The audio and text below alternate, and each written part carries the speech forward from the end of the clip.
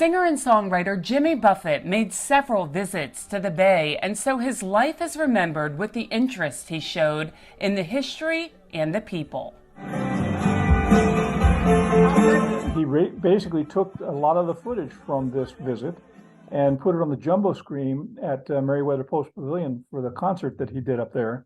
So everybody at the concert got to see Thomas Point Shoal Lighthouse, went upstairs and through the door here, and then he actually sang his songs in the gallery at the very top up here. Thomas Point Lighthouse manager John Potvin got the surprise call 3 years ago. And I said, well, I really can't do it because my daughter is getting her wisdom teeth pulled tomorrow. And they said, no, you don't understand. This is a very special tour. I said, you don't understand. My daughter's very important to me. They said, well, it's Jimmy Buffett. And my wife was sitting there and she said, well, you got to do that. His signature aqua-colored hull Last Mango docked at the newly renovated lighthouse, where he spent 3 hours touring and recording. I thought he was extremely down to earth. I mean, he really paused with the information we were giving him, and he really had intelligent thoughts about what was the lighthouse would have been like in 1875 when the keepers were out there.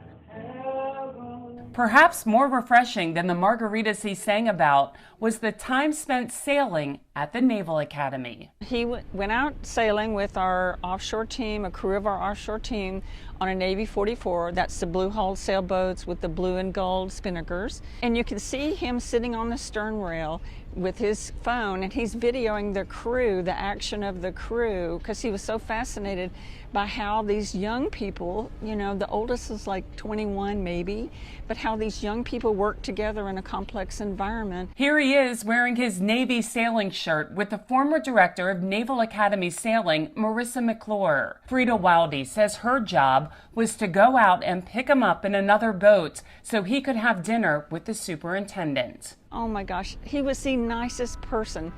He talked about, he asked me questions about the crew and the team, you know, how many of them are plebes and how many of them are older, and where all do they go when they go off in the summer. Wildy says former astronaut Ken Reitler, who works in the Academy's Aerospace Engineering Department, developed a friendship with Buffett in the most unique way. When Ken Reitler was an astronaut in space, he used one of Jimmy Buffett's songs as a wake-up song. You know how the astronauts used to have, they'd be greeted with the morning song.